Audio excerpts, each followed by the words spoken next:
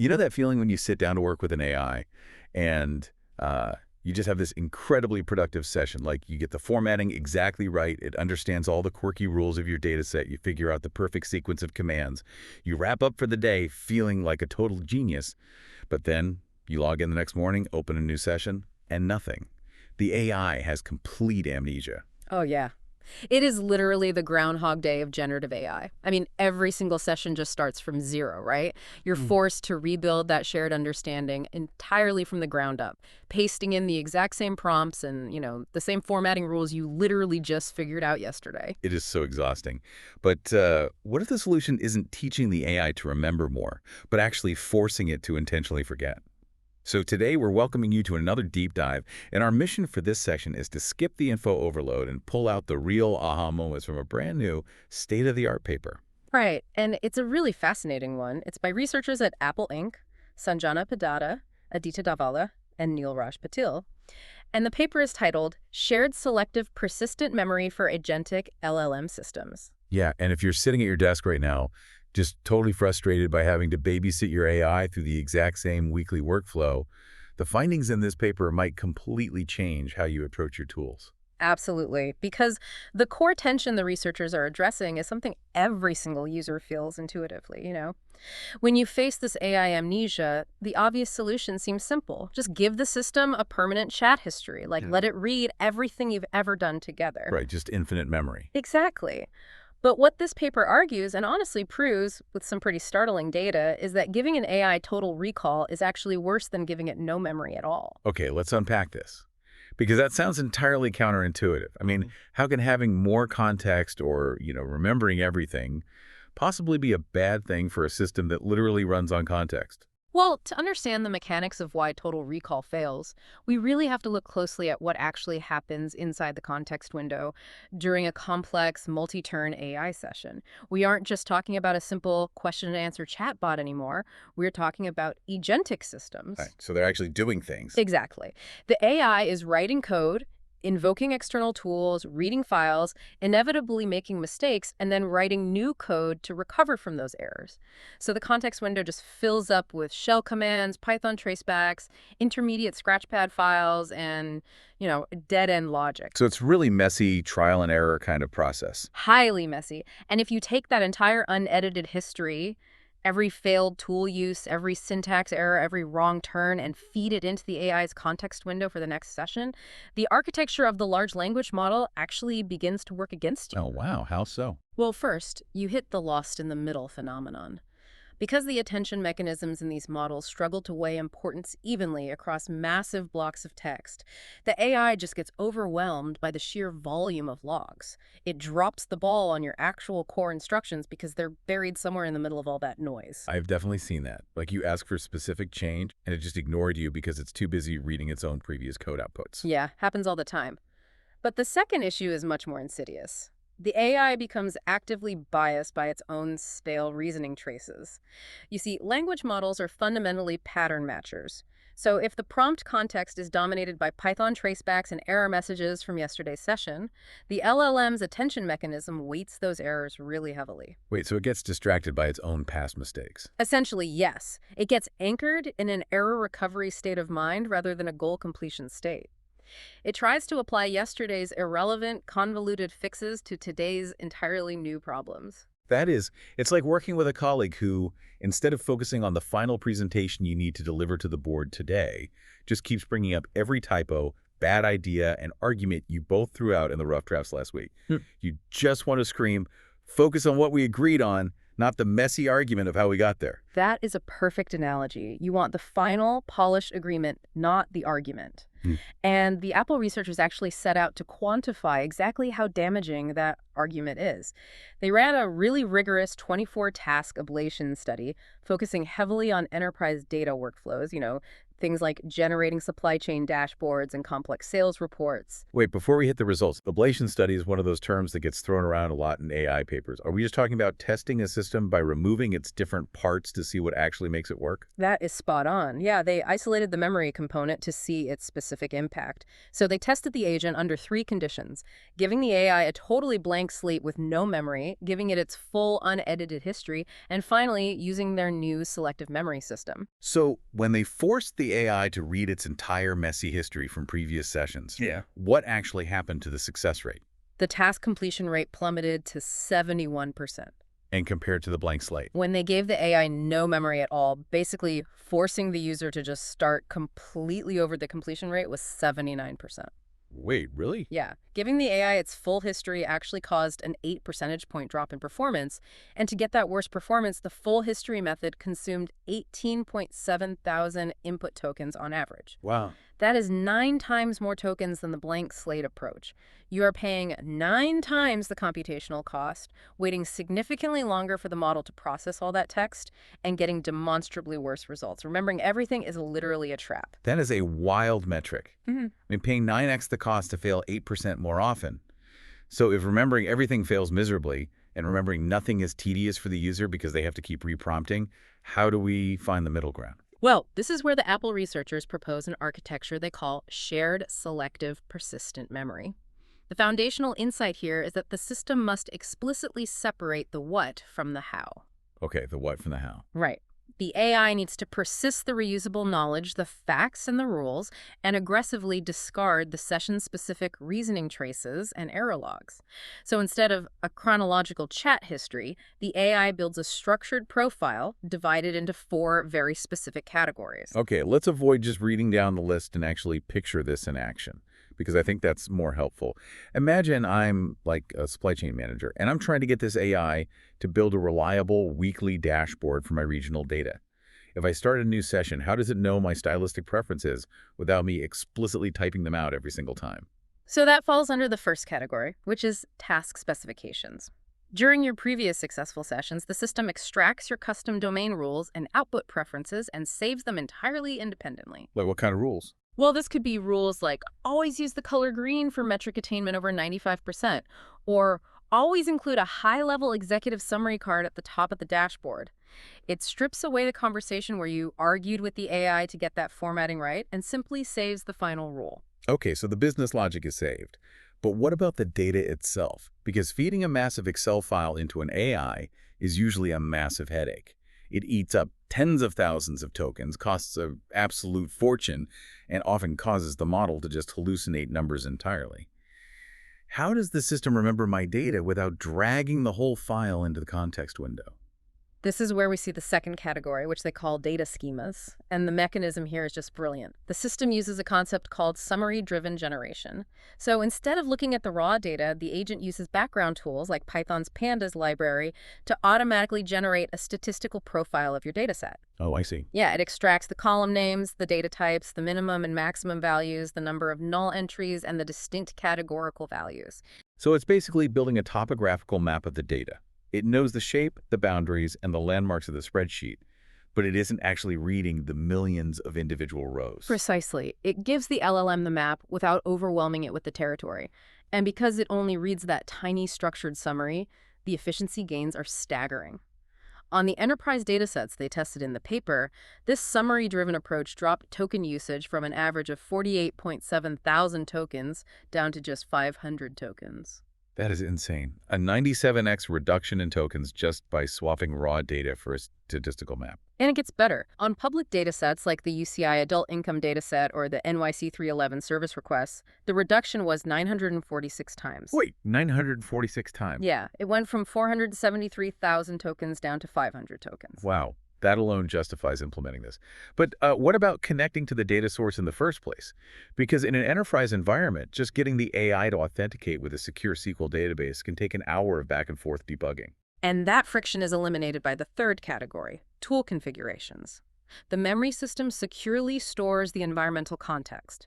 It remembers which external APIs, database connections, or internal toolsets are available to the workspace, along with the exact syntax and authentication requirements needed to call them successfully. You don't have to debug the connection every morning because the AI already knows the successful handshake. Okay, so that leaves the actual execution. If the AI knows the rules, knows the shape of the data, and knows how to connect to the database, how do we ensure it builds a dashboard that can actually be updated next week? That requires the fourth and final category, output constraints. This acts as a strict structural contract between the Python code the AI generates and the application environment where that code is going to run. The most critical constraint here is a rule dictating that the generated script must consume data exclusively from a designated entry point. The AI is strictly forbidden from ever hard-coding data values directly into the script. Let me just make sure I'm translating this correctly for our listeners. Consuming data from a designated entry point, is that what developers call a runtime injection point? Like basically leaving a blank space or a variable in the code where the actual numbers get poured in later by the system rather than the AI typing the number 45 directly into the chart code. That is exactly what it is. The code is a template, and the data is injected the moment the dashboard is rendered. If we step back and look at these four categories together, the task specs, the data schemas, the tool configs, and the output constraints, it feels less like a computer science trick and more like, I don't know, psychology. What's fascinating here is the direct parallel to cognitive science. Human memory is broadly divided into declarative memory and procedural memory. Right. Declarative memory is the explicit knowledge, the facts, the rules, the things you can state clearly. Procedural memory is the muscle memory execution of a task, formed through trial and error. This AI architecture mirrors that perfectly. It's totally like setting up a kitchen for a guest chef. You give them the recipe, you show them exactly where the organized pantry is, you list the guest's dietary restrictions, and you provide all the tools. That explicit knowledge is the declarative memory. Exactly. But you intentionally do not show them a video of you burning the previous meal, dropping an egg on the floor, and swearing at the oven while trying to invent the recipe. The burned meal is the procedural reasoning trace. It does not help the new chef cook today's dinner. It just clutters their mind, makes them nervous, and biases them toward repeating your specific mistakes. By persisting the declarative what and aggressively deleting the procedural how, the AI performs dramatically better. Okay, here's where it gets really interesting, though. Knowing what to remember is great in theory, but how does this decoupling of the code and the data actually save time and money for the listener who, has to update that supply chain dashboard every single Monday morning? This brings us to the killer feature of the paper, which they call the zero-token data refresh.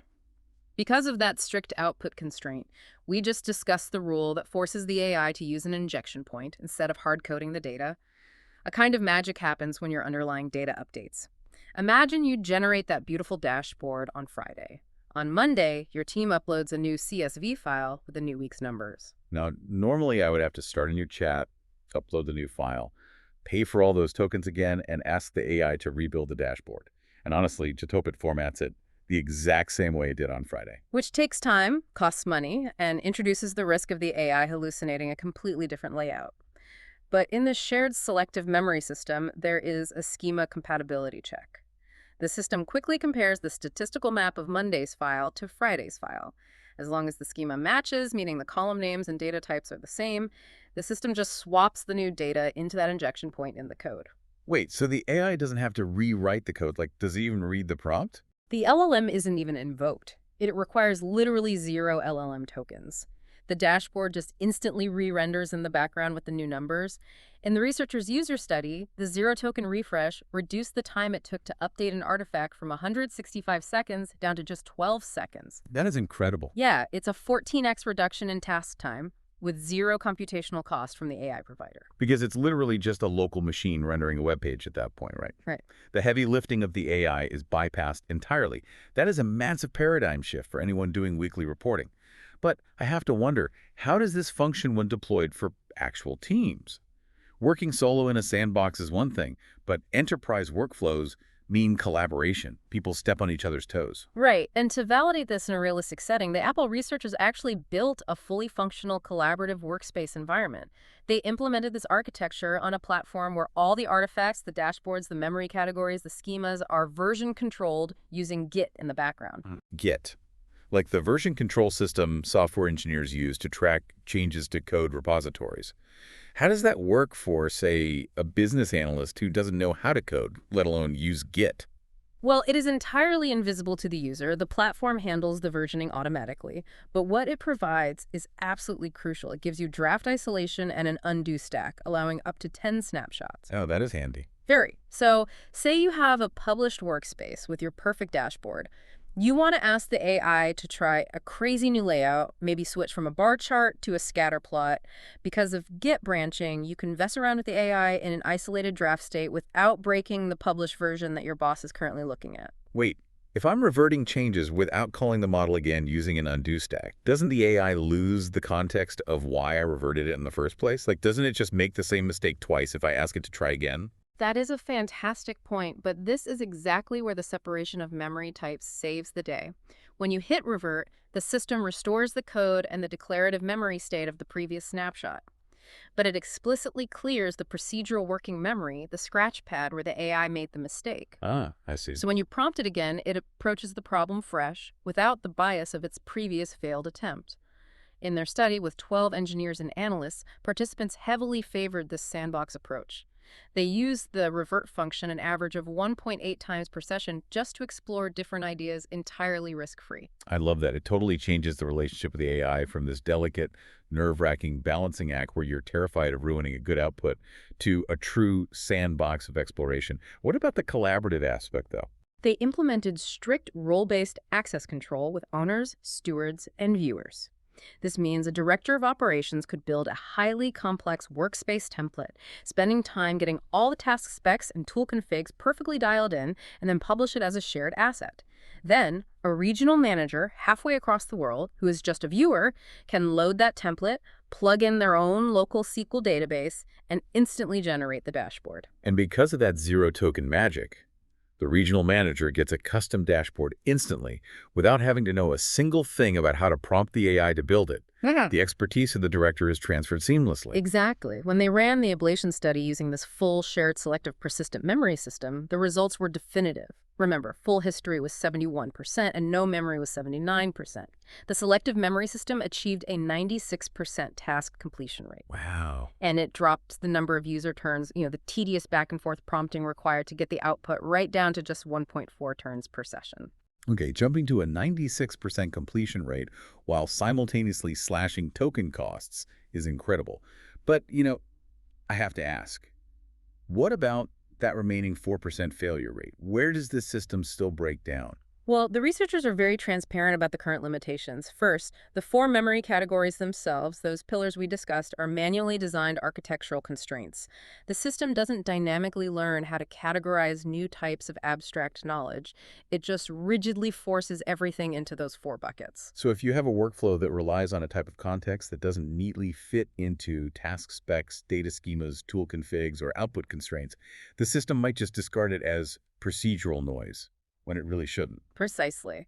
Second, the summary-driven generation struggled occasionally with cross-file join semantics. So if you have 2 different databases that need to be linked based on incredibly complex or fuzzy logic, a high-level statistical summary sometimes just isn't enough for the AI to understand exactly how those 2 datasets relate to each other. Yeah, that makes sense. It's like giving someone a map of 2 different cities, showing them the borders and the major landmarks, but completely failing to show them the obscure dirt road that actually connects them.